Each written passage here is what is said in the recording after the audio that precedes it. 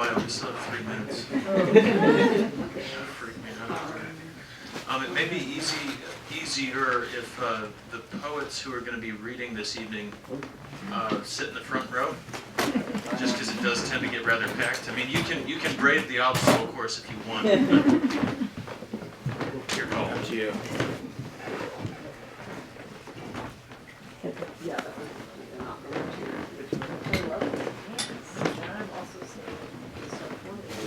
Last time I got my shoelace snagged on one of the reading poets, one of their article of clothing. It was an exercise of trust. What? Oh, awesome. Oh, thank you.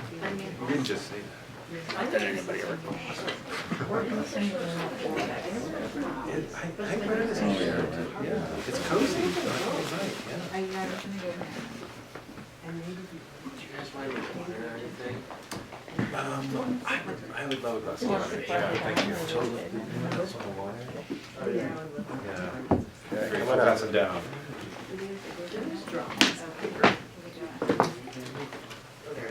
Great. Perfect.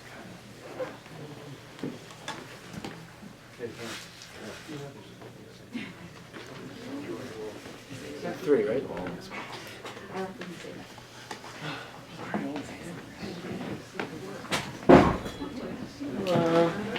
Ready for the reading tonight? Great. Sorry, I'm just grab something real quick. Did you guys sign up? Yeah, I think I did.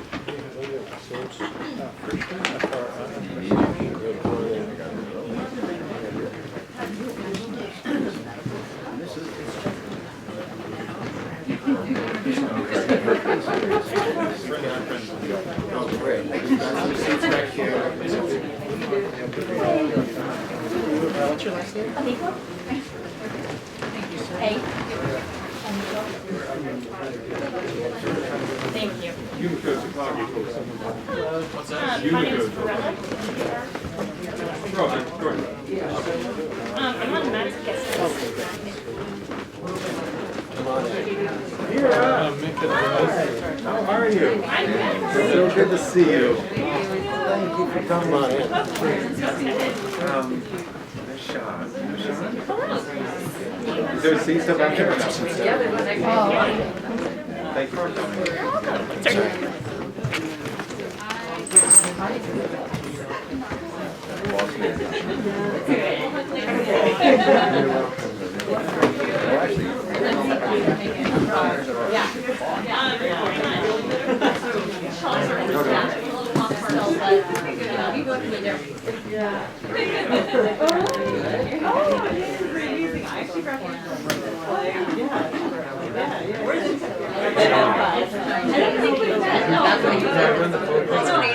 Yeah, I know. I've never met.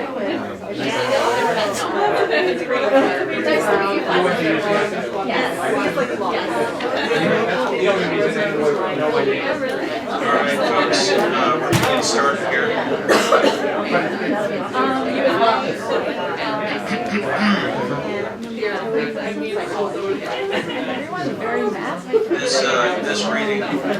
This reading will come to order. There's plenty more corny jokes where that came from. Okay. Welcome to everyone at the Grolier tonight, both here in person and online via Zoom. I'm honored to be introducing the poets for the last reading in this year's series. A far worthier person than myself was originally going to introduce these poets, and I just wanted to give her a shout out. That's Alice Bruslovsky, who's a great poet, translator, and PhD candidate in Slavic languages and literatures. However, she couldn't make it tonight due to some urgent family business and sends her regrets. I am just Ben Bellet, a graduate student here at Harvard with no other qualifications to be making this introduction other than the fact that I really like the Grolier, and I come here and bother James all the time. So all I have to do for tonight. Without any further ado, we'll get right down to it. Our readers tonight in order of appearance will be Matt Donovan, followed by Farnaz Fatemi, who will be followed by Vincent Katz. And I will provide a brief introduction of each poet before that poet comes up to read.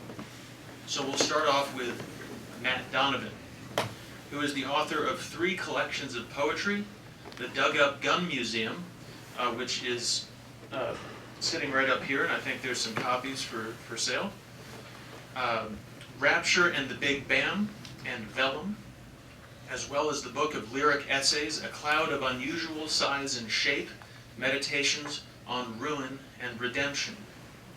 Donovan is the recipient of a Whiting Award, a Rome Prize in Literature, a Pushcart Prize, the Levis Reading Prize, and an NEA Fellowship in Literature.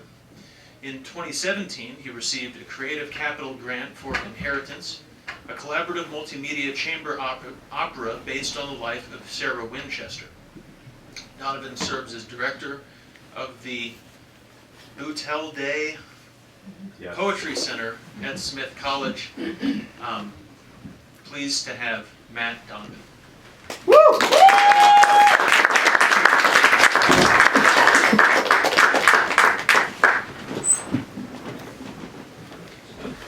Thank you so much, Ben, for that introduction. Thanks to all of you for coming. I am really thrilled and honored to be here at the Grolier. I was telling some people before, when I first arrived, when I was 20, I lived in Somerville, and I was just waiting tables, working at a bagel store and stuff, but I'd come to the Grolier all the time. This was one of my favorite haunts, so I am just really honored to be a part of this series and to be back in the store. I want to thank James also for including me in the series, and my fellow poets. I'm so excited to hear your work tonight as well. So I'll be reading from the Dug Up Gun Museum, which is my new collection, just out last month. The book, can you hear me okay? It's a small story. This book stemmed from a couple of years of traveling around the country talking to people about guns. At least most of the poems stem from those travels. I'll read a couple of poems that are linked to some of these specific places where I traveled to. One of them is in Chicago. I spent a couple of days in Chicago talking to people there, and I had the good fortune of meeting an artist who's Garland Martin Taylor, whose work is often responding to gun violence in a really personal way. And he also was someone who, he didn't want to be preaching to the choir, he wanted to be out traveling around, and so the journey of one of his sculptures is described in this poem, and his piece is described here too. You also know right away, I rip off Emily Dickinson really blatantly with the title here, which I'm sure you'll recognize. And the title spills right into the poem. This is called Here. The thing with feathers isn't hope, but a 400-pound pistol in the bed of a pickup, welded together from scrapyard metal and stamped with names of kids shot and killed near the artist's home. Except for all the feathers, dyed cotton candy blue, and affixed to the pistol's cylinder and grip, wrapping the length of the barrel with a flourish like a boa entwining a neck, it might seem like any other oversized gun. Conversation piece, he called it. Although the feathers came later, only after he'd begun driving south with a plan to haul the sculpture from Chicago to Atlanta, then back through Charleston and Sandy Hook. But when he stopped for gas the first time, he knew his art had failed when a man sprinted across the parking lot to say, "God damn, that's one badass gun." Something needed to change. Maybe feathers could turn the pistol into a thing you approached with a question instead of praise. And if the plumes now covered some of the names, burying the elegies hammered into metal, what choice did he have but to continue driving through town after town, listening to the wind song whipping across the wide mouth of the barrel, tending to the gun now and then from a sack of feathers he kept in the back seat to use whenever storms lashed things loose. One of the places I visited was Cody, Wyoming, which has the highest per capita gun ownership in the country. And I went there at the time when I first started the travels, this book started out as a nonfiction book, and I was going there to talk specifically to residents and the principal and the mayor and teachers about the idea of arming teachers and staff in the public schools, which at the time was, this was about 2017, was a new idea that is now much more prevalent. And like so many places I travel, I went there with a specific question, and then I would get blindsided, or things would just change when I was there, and I would end up focusing on something else. And so this, the poem I'll read next is, it's based on a conversation I had with a gun shop owner who was one of the school board members who was pushing for this idea. But this, in the end, is more about our penchant for being cloistered in our belief systems. This is called solipsism, a story. Victim mentality, he told me, means sitting with your back to the door anywhere at all. Even, I was learning, while sipping a Red Bull and surrounded by tourists at the hotel Buffalo Bill named after his daughter. I'd more likely leave my house without my pants than without my gun. So even though we were talking in the Irma's side saloon about plans to arm Cody's teachers, scenario training, lockable holsters, the deterrence of not knowing who's armed, the theme was readiness is all.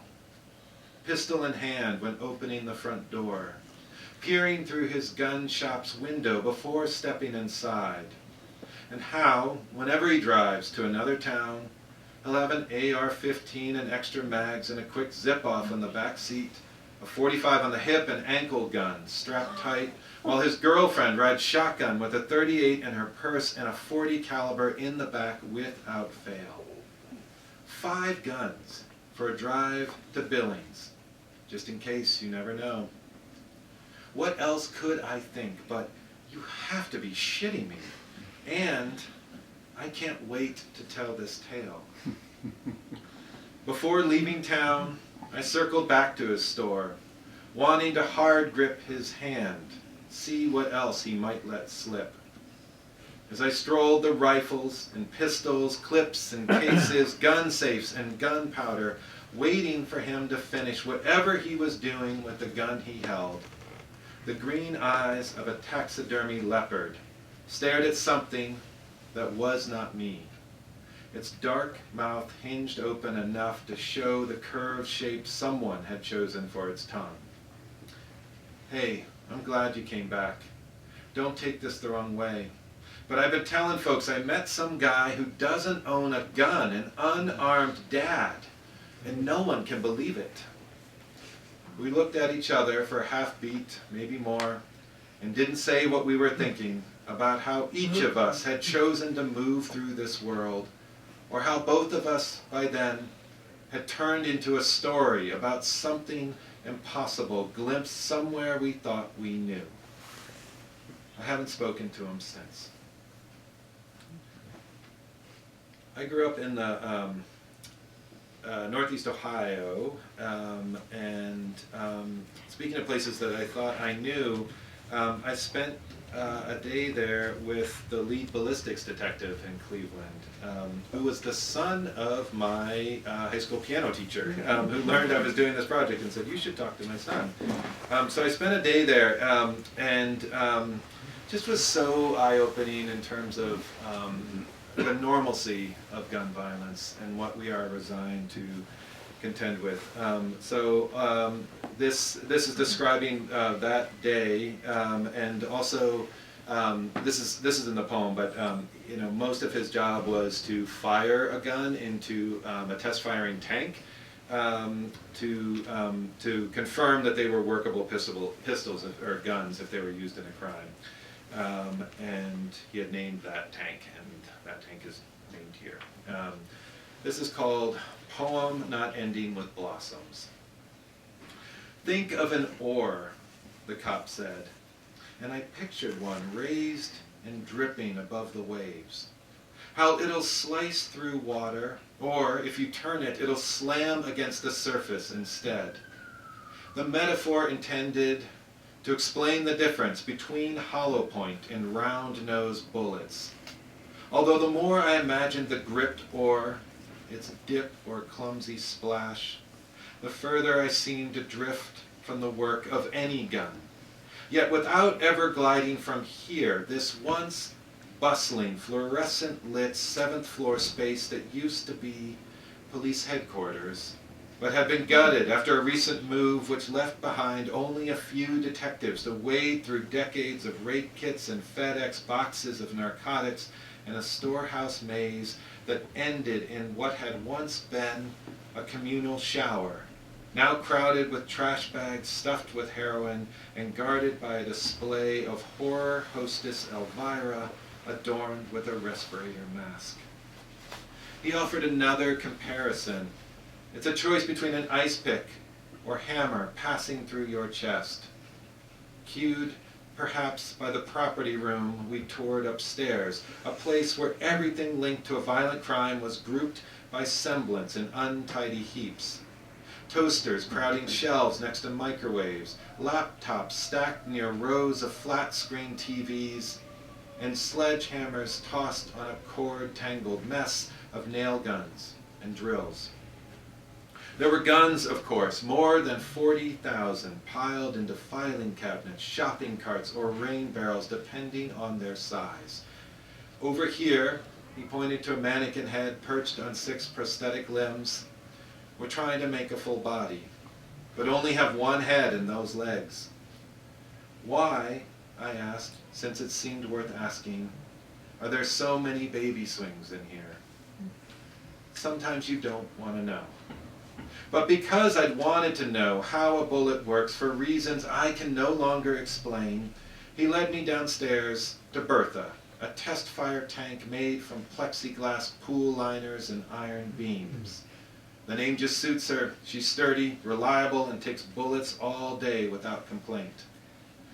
Industrial gray, with a tiny flag tucked between her exhaust fan and switch, Bertha reminded me of something from the off-limits corner of shop class, where instead of building birdhouses, we spent our time folding sheets of metal until they became blade-like things we loved to hold, wield, jab, content to wound nothing but air. And how did it feel to test fire thousands of guns each year? Boring, he said. You end up deaf and stuck with a bunch of water too polluted to dump. Then he loaded 2 hollow points, slipped his Glock into Bertha's PVC pipe, called out ears for 2, and fired both rounds. The sound of gunshots was chased by the metallic chime of cartridges dropping to the floor. A slow slosh of water, one screw rolling in half circles across the tank's trap door. Call that an American song, and nothing happens, or worse. Although perhaps it's worse to admit that after he netted the metal nubs and placed them into my hand, their split tips curling back in petal-like shapes extending from a center copper speck, blossom was the word that came to mind. Even if months later, I saw some earrings online made from the same kind of bullets, each one flower-shaped and described by the artist as clear-coated and tumbled to a smooth finish. That doesn't change how much I'd wished for a different word to hold in that cramped room as little waves moved, then stopped. It's possible the figurative ran its course here a while back. Do we really need a personified tank and metaphor of an oar smacking the surface of a lake where they pour Bertha's lead-tainted water each week to understand we're paddling nowhere? Once, the cop told me, they received a call about someone bleeding on a bus. They pulled the vehicle over and found a guy using a broken-off tree branch to gouge a bullet from his calf.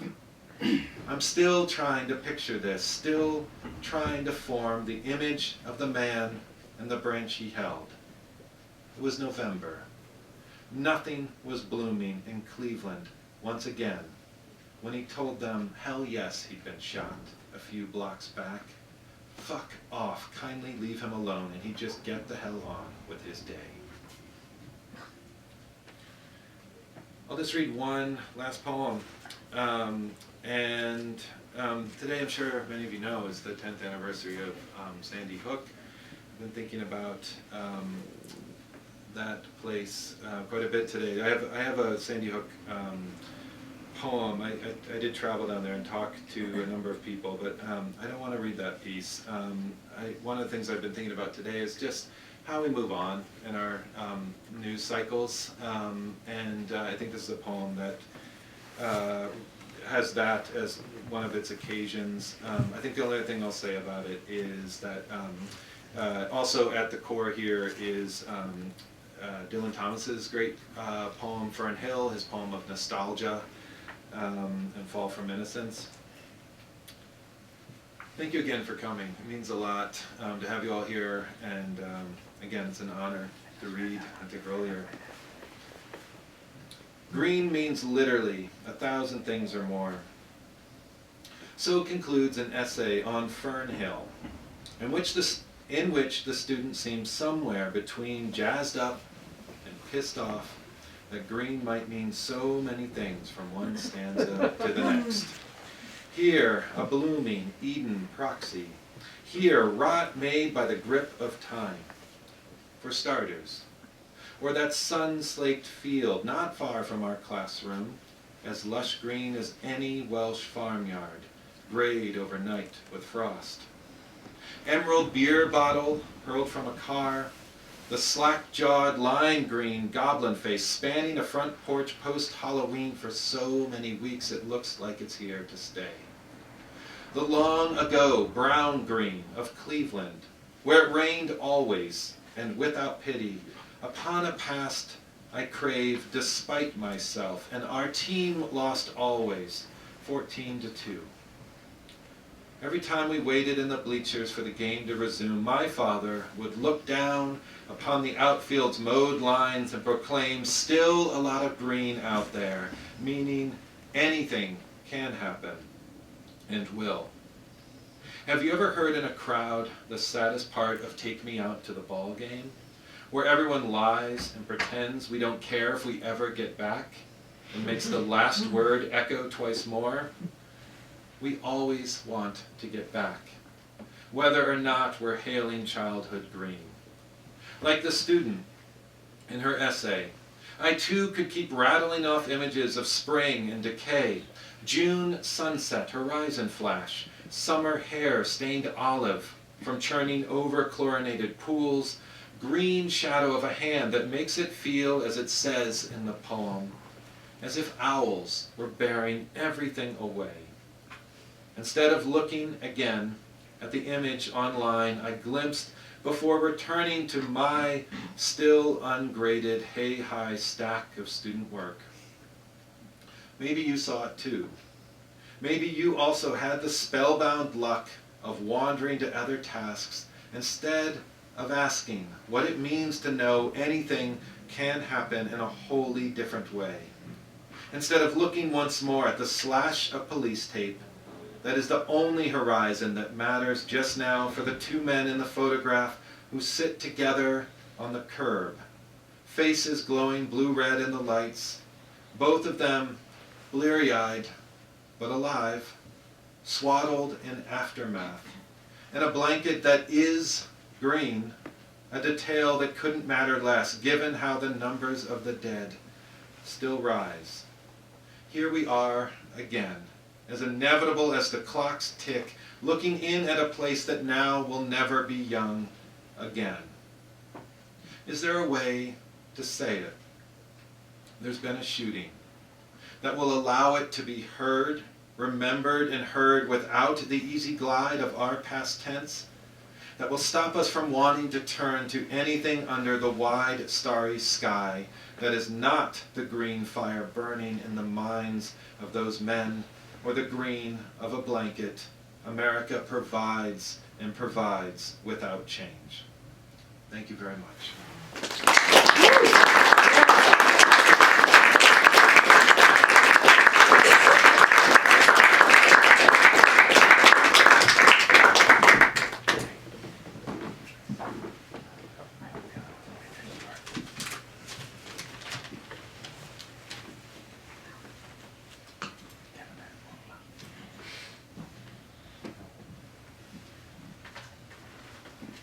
Thank you, Matt. Farnaz Fatemi, an Iranian-American poet and writer, is a founding member of the Hive Poetry Collective and was formerly a writing instructor at the University of California, Santa Cruz. Her book of poems, Sister Tongue, selected by Tracy K. Smith, won the 2021 Stan and Tom Wick Poetry Prize. Her poems and lyric essays have recently appeared in Poem a Day, Nowruz Journal, Pedestal Magazine, Jung Journal, and Catamaran Literary Reader, and several anthologies, including Essential Voices, Poetry of Iran and its Diaspora, and Halal If You Hear Me. Please welcome Farnaz Fatemi.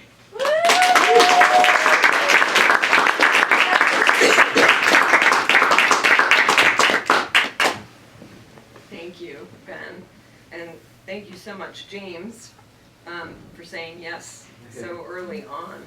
I am so excited to be here. This is the end of a couple months of reading from this book, and it's just being in it's a poetry bookshop, like great. I love seeing so big laugh back there. It's so fun to see all the titles. And thank you all for coming. This book has as its spine a long prose poem called Sister Tongue, and I'm telling you that because I'm going to read a couple excerpts from it between more traditional looking poems, and I'm just going to tell you this is from the prose when I get to that. That piece was driven by a series of trips to Iran that I made over the course of several years in the early 2000s. And that trip was about thinking about longing and belonging, and thinking about language and not having language, and about women, and about gender, and about my family. And so all those things are part of that piece and really sort of put the book together. So that's I'm not going to talk much. I'm going to read more tonight, but I wanted you to know those things. This poem is for anyone who sees something they don't totally recognize in themselves, and then knows that they recognize it. Untranslated. In the silence of my girlhood, spoons clattered in glasses of tea. The squeak of the front door closing. I was the child I'd never have. I listened for clues.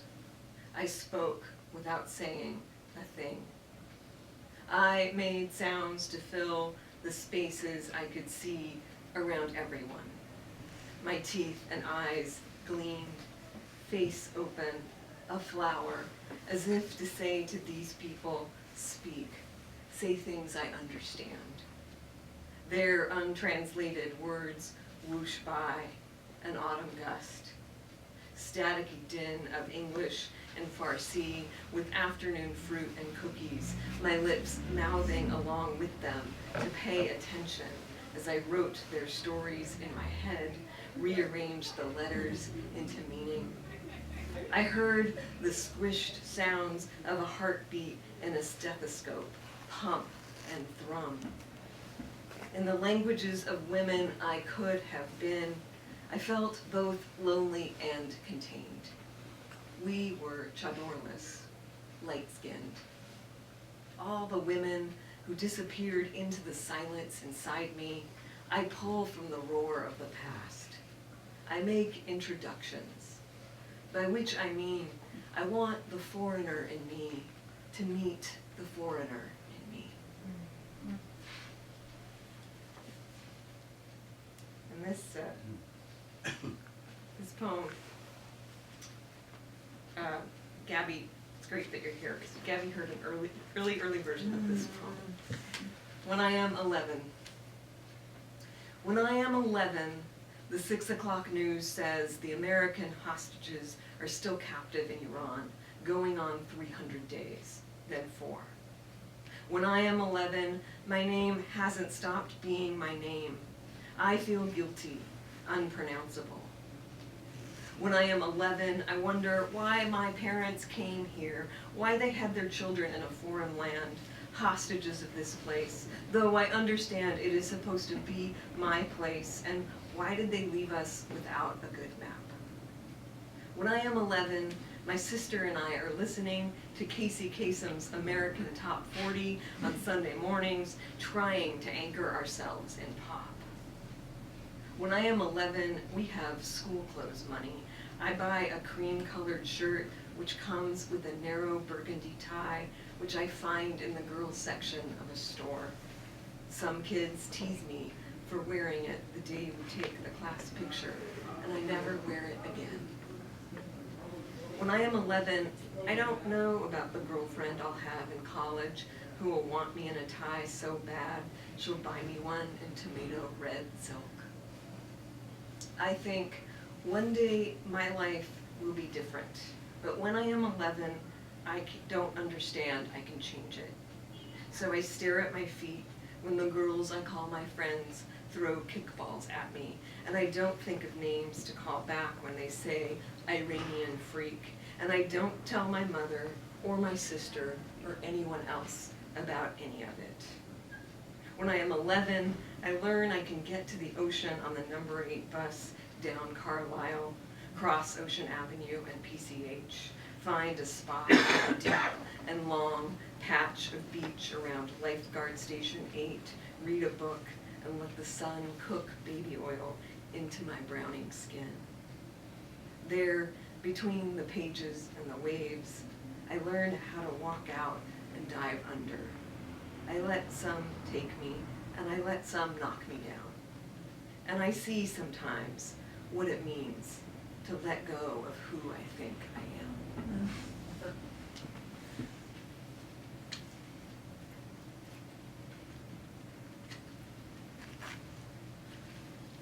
This is from the prose.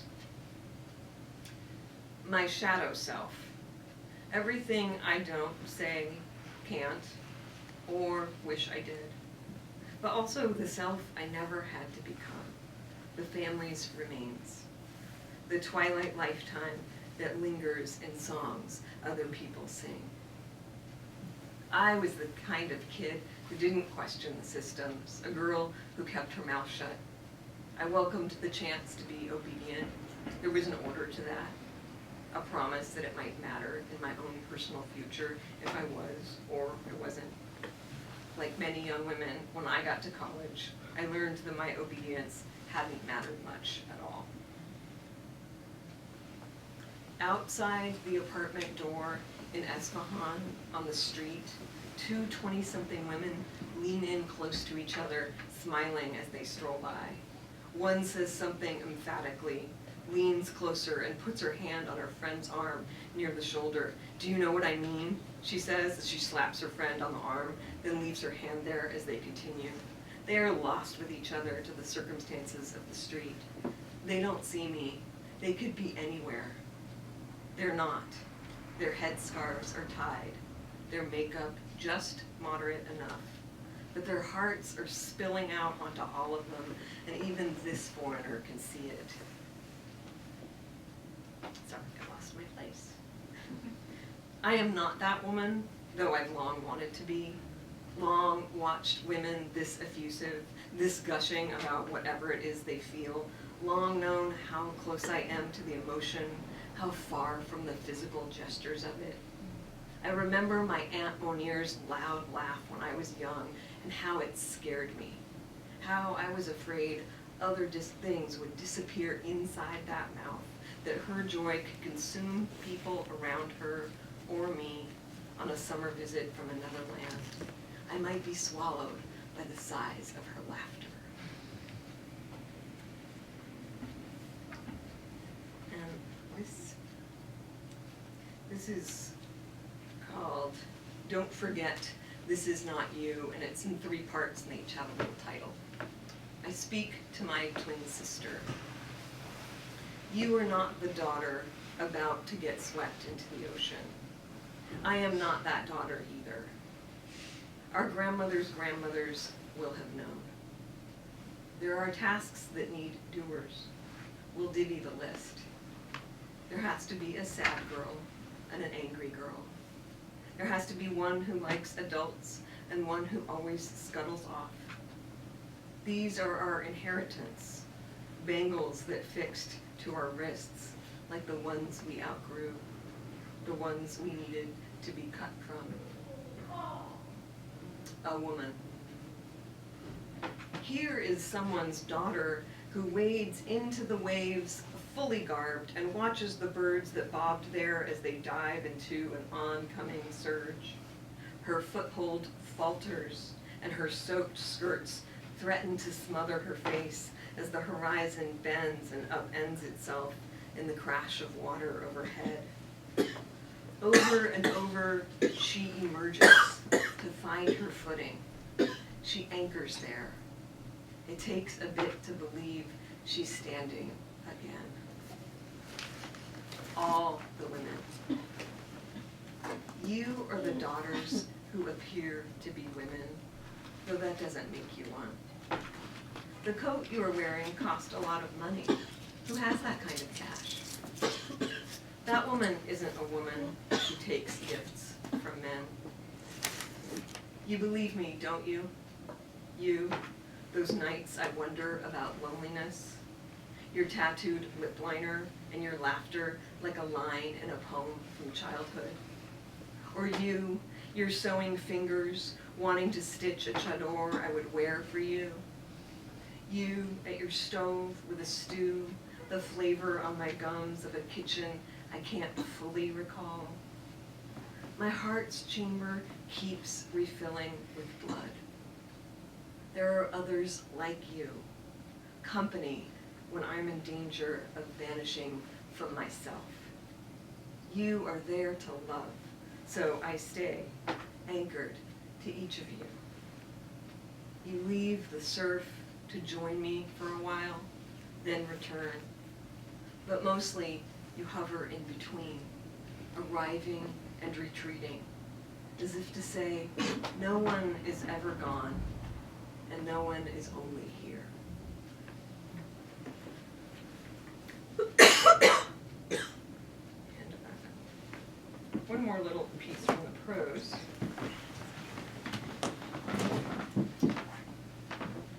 Sorry, Laura. Sorry.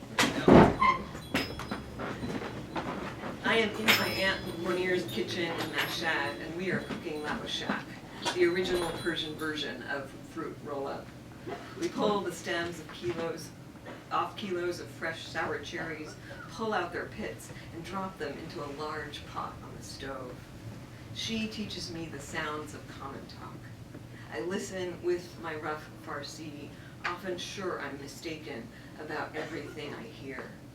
When her cleaning lady arrives, Monier claims that she is late, tells her she is lazy, mocks her for complaining about something going on in her family. I understand what she says. I am silent, but not because I don't have anything to say. I know Monier feels walled in. The world she thrived in for the first 35 years of her life shrank suddenly after the Islamic Revolution in Iran. I wonder if that meanness to another human was simply her ramming up against those walls. Maybe she would have been mean no matter what had happened to her country. We stir the big kettle of cherries, cooking down to what will become a paste, then a dried fruit sheet. The fruit needs to cook slowly, sugars diffusing, flavor deepening. Two more short poems. Passage.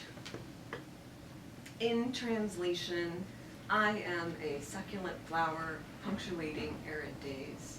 I am a girl without words, listening for a familiar rattle in the seed pods.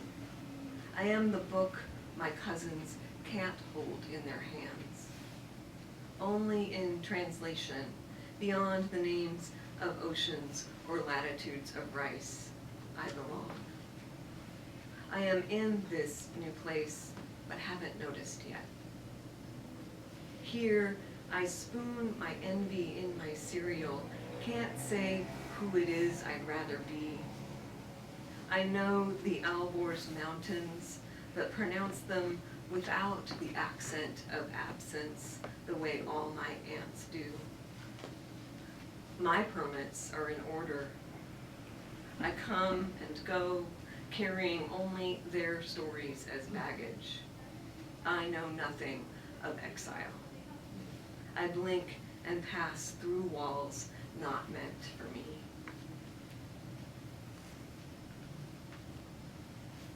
Reckoning. My cousins know what clings to them. Dust of the border they crossed, paper boxes holding the past. They arrive where I call home. What they choose is to use a new language. I thrive by accident. Divided tongue is my blade in the wild.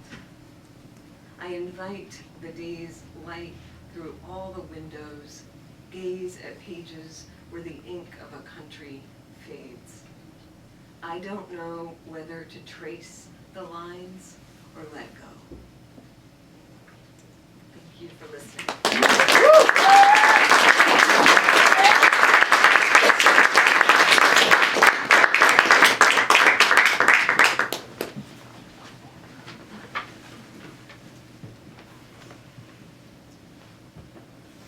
Thank you, Farnaz. Vincent Katz is a poet and translator. He is the author of 14 books of poetry, including Broadway for Paul, Southness, and Swimming Home, as well as the complete elegies of Sextus Propertius, which received the National Translation Award from the American Literary Translators Association. He is the editor of Black Mountain College, Experiment in Art, and his writing on contemporary art and poetry has appeared in Art in America, the Brooklyn Rail, and the Poetry Project newsletter. Katz edited the anthology Readings in Contemporary Poetry, and he lives in New York City. Please welcome Vincent Katz.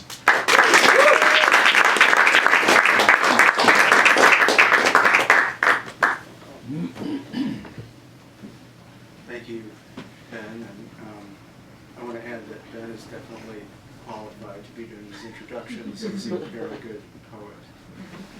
And thank you all for being here. It is definitely exciting to be doing readings in person. We were talking about that earlier when I was in that, you know, the Zoom era has its limitations. You know, we're still there.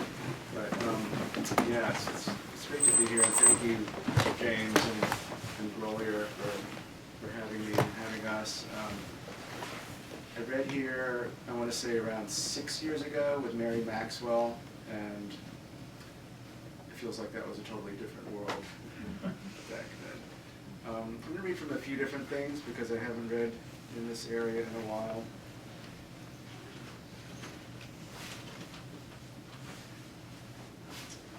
So, yeah, first I'll read from Broadway for Paul, which came out first in 2020 and then was released in paperback this summer. And I think of this as like the poems were all written after the election of Donald Trump, but before the pandemic. So it's like 2017 to 2018. And it was an interesting moment. And I think of a lot of these poems as my reaction to that election, even though you might not literally see it. It is in some of them. I had this idea of doing these poems of mind control, where I was going to get into, like, I have a poem in here called Ivanka Skirting, where I'm kind of trying to, like, kind of say, I want to get into their minds and change their policies, you know. But then it got more into this idea of just being on the street, which for me happens to be New York, but it really could be anywhere where there are a lot of people. I was feeling that walking around Cambridge and Boston today. Just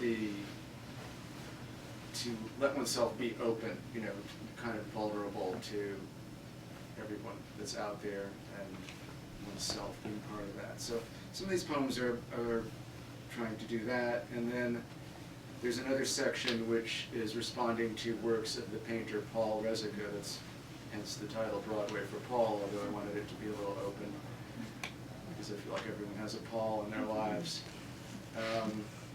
But I do want to mention that Paul, although he lives in New York, he's 95 and still very active.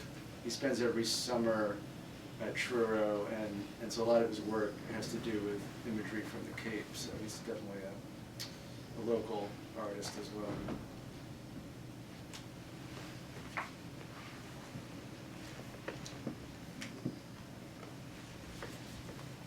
River. This is where I'm a poet, right here, at the edge of the river, in the cold. Those colors at the end of day and winter. I'm able to have my own views out here, and I can hear the water lapping. I love this curved building lit up at night, like somewhere in Germany.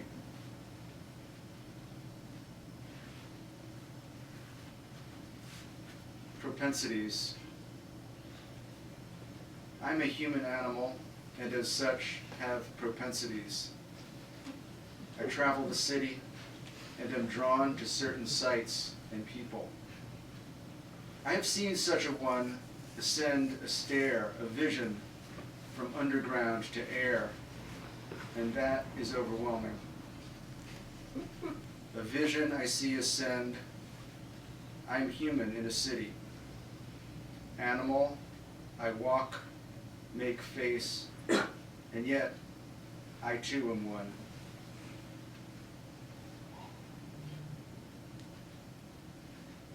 This is from a longer poem. I'm going to read an excerpt. It's dedicated to Atal Adnan and Simone Fattal, two great visual artists, and Atal was a great poet as well, and prose writer. It's called Maine Hours and Days. I've spent a lot of time up in Maine, and this was in the summer of 2017.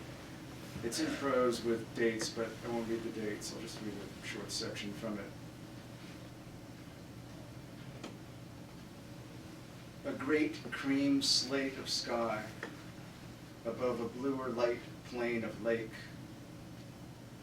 Earlier, we saw a light-colored hawk attack 3 crows lurking in a nearby treetop. She has her nest at the top of one lofty pine, they perched in another. She seems to have been successful. All is quiet now, except for human kid chattering across the way. I don't know what I signed up for. The sun going down, the light filtering through the trees, becoming yellower as it spreads over the green. The pond in the distance, reachable sound and smell. The person I chose to be with. There's a time of day and an endless list of things. There is the viewing of time and its interruption by others. Manna floats slowly, not from heaven, but from pine trees. Not manna, but particles, bits of seed fluff.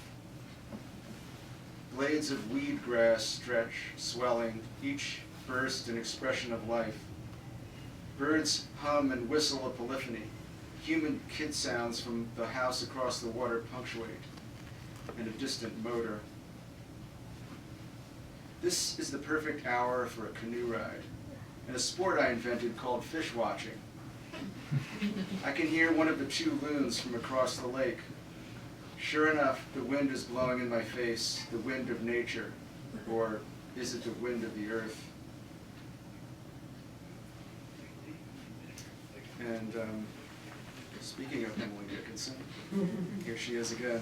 This poem was written in the garden of her home in Amherst, and thinking about her family. She chose her family, relinquished inconsistency. Seems to have abandoned, but saved harmony. A garden existence, rigor in place of grace. Grace instead of servitude. She was allowed to be.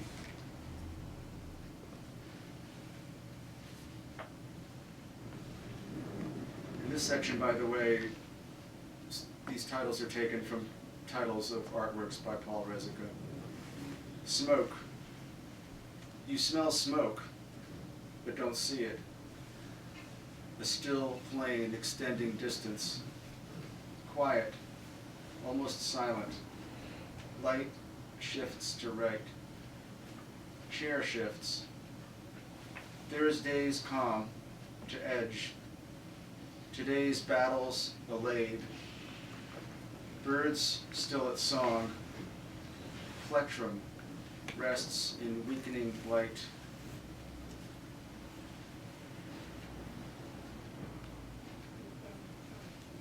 Just read one more from this collection. A Marvelous Sky. I don't need to buy any records, but there is a record store. I don't want to play chess, but there are still chess shops. I don't really want to pay for anything right now. The sky is blue, the air is warm, and youth is the tenor. Most people are not excited by their lives, but there's something in the air that might give them a lift. The younger they are, the easier it will be, but there is youth enough for everyone today. A side street provides protected solitude. Suddenly, music is in my ears again. Music reaches body, brain, and heart simultaneously. The ones one wants to reach are reached by music.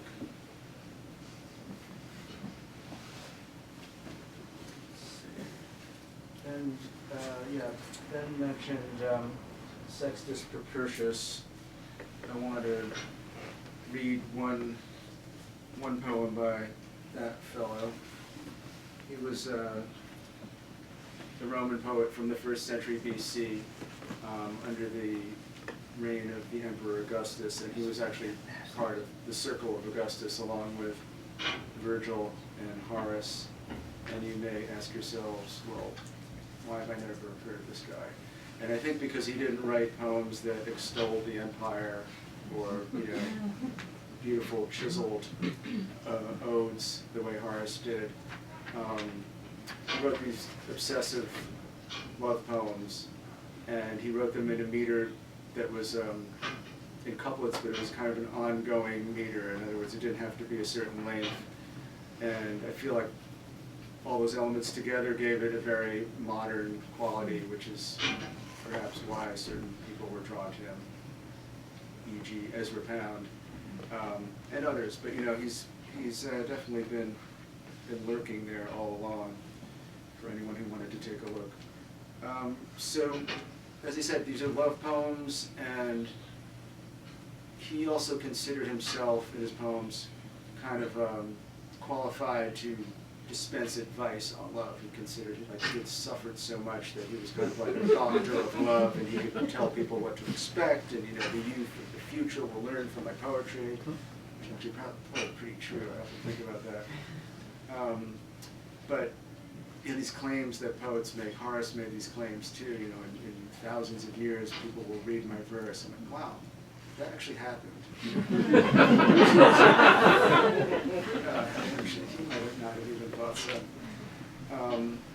So I'm going to read one poem from his first book when he was probably in his 20s. It's part of a pair of poems in which he is addressing another poet, an epic poet, Ponticus, and he's saying to him, watch out if you ever fall in love, because then your epic poetry is going to be of no use at all. You're going to be suffering, and you're going to be crying to me that, I need some love poetry. Could you please help me? That was the first poem, and then I'm going to read the follow-up poem after Ponticus has indeed fallen in love. And I'm just going to read a few notes, because Propertius was part of this whole generation of poets that like to, part of their game and what excited them, and I think excited their listeners, was to be very erudite, at the same time as using a lot of colloquial language, but there was this, these mythological references. So, as I said, Ponticus was an epic poet. He was also mentioned by Ovid. And then here's some things that come up in this poem. Chaonian doves. Chaonia was a district on the coast of northern Epirus, between Greece and modern Albania. The oracle of Zeus at Dodona was called Chaonian Zeus. Its priestesses were called doves. Another thing that comes up is the Amphionian lyre. Amphion possessed a lyre, the music of which caused stones to rise and form the walls of Thebes. He mentions the poet Mimnermus. Mimnermus was an elegiac poet from Colophon in Asia Minor who lived around 630 BC. And finally, Hell's Wheel, and I find this story interesting. Ixion, king of the Lapiths, was given Dia in marriage for a certain sum payable to her father. Ixion, having got Dia, refused to pay. Her father harassed Ixion, who killed him.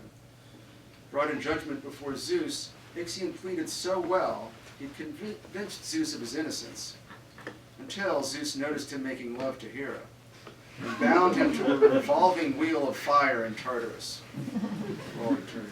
Ixion's wheel. Crazy stuff. I told you how love would be, and you laughed. From now on, your words will not come free. Look how you lie, a suppliant, as you submit to her terms. An average girl, once bought, now rules over you. Chaonian doves can't beat me at love predictions. I know which youths each girl will dominate. Suffering and tears have earned me my expertise. If only I could be called ignorant of love's touch.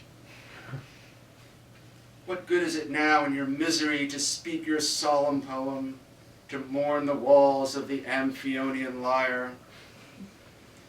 Mimnermus's poetry is worth more in love than Homer's. Mild love seeks soft songs.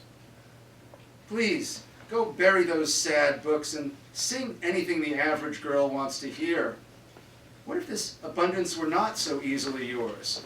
Insane now, in the middle of the river, you ask for water. And you're not even pale yet. You haven't really felt the fire. This is but the first spark of the suffering to come. Then you'd rather face Armenian tigers and to know the bondage of hell's wheel than to feel so often the boy's bow in your marrow and be powerless to deny your angry girl a single thing. Love doesn't give his wings so easily that he does not repress with the other hand. Don't think that winning her was enough. She cuts even sharper, Ponticus, if she is yours, since your eyes are not allowed to wander freely.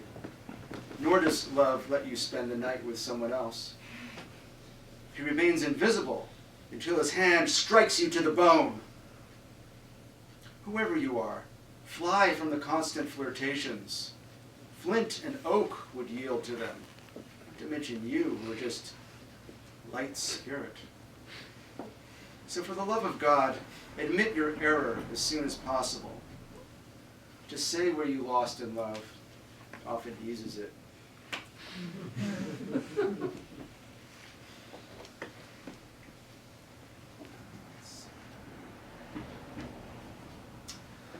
I'd like to read a couple of poems from this collection called Previous Glances, which was published in 2021 and goes back to my earliest days up to that point in time.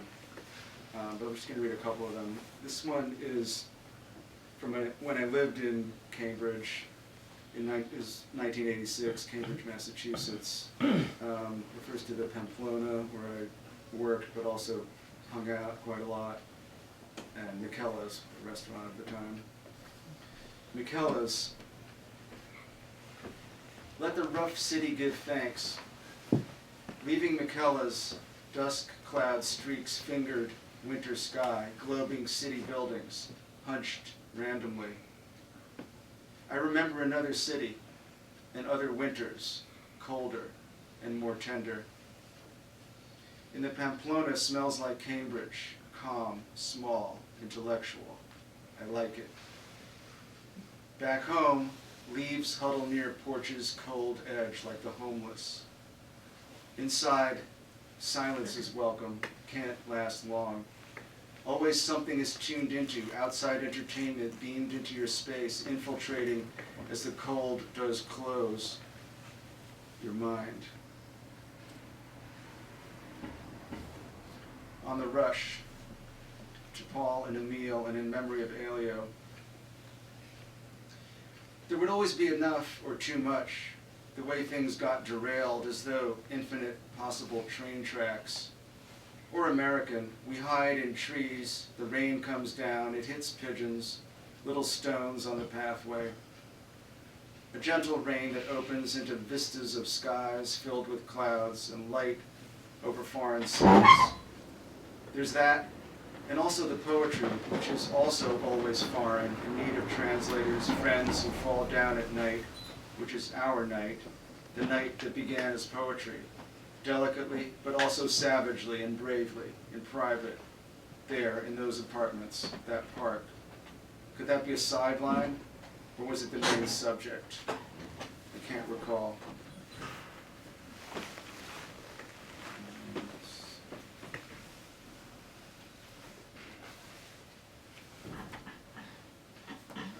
All right. And I'll end with some more recent poems. So these are what all of us are calling the pandemic poems, right? I feel like everybody has pandemic poems these days.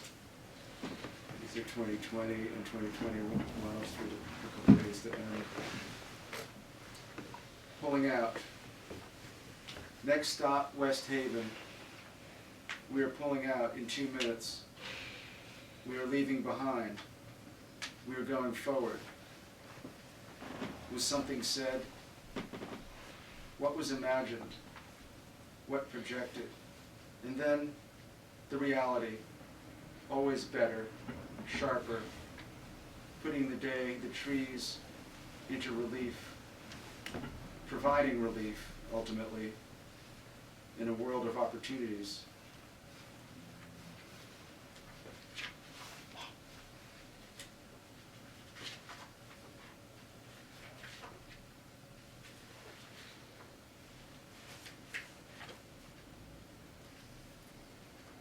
Walk beside you. I want to walk beside you. In this weather, we could just walk anywhere. Start here on this broad sidewalk, then move to smaller streets.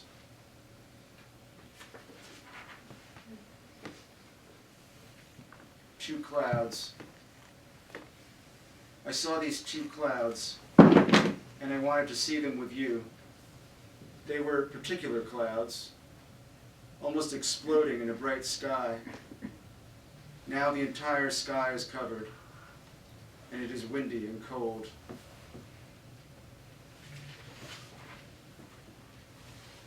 And finally, a new poem. I want to write a new poem that isn't like the old ones. This new one will speak with a voice that comes in sounds she has found. I want to take longer now, not to be only a moment's graph, but really work and chisel, take apart, put back together, better. This is actually okay, not chiseled, can't be, just the same as always, written on the spot. Desire to get it done is the thing, not from fear, but desire. Crossing the Celtic Sea, not far from Nuuk, close to somewhere.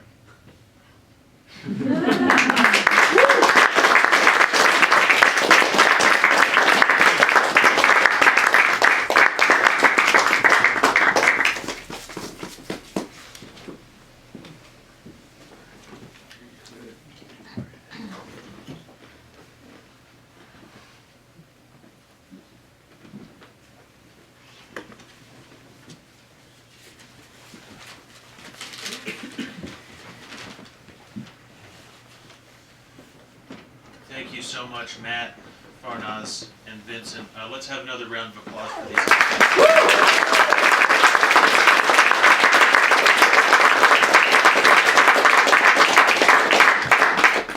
All right, a few business items. If I can use such a coarse term at this august occasion. So books are for sale. These poets brought books, and they are for sale. And you can talk to James over there, who's the man to talk to about such things. And also ask that y'all please put your chairs up against the back wall as you're leaving. We have all these chairs, and they need to just be stacked. Again, James will kind of tell you what to do there, but just give him a hand, please. And thank all of you for coming.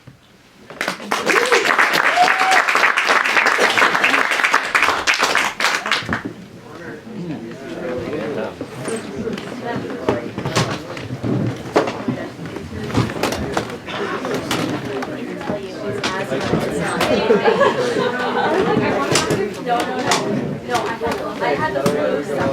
Right over here. No. One page. Hopefully I don't have to write up one page. Yeah. Should I just sneak behind? Oh, yeah, you can't do that.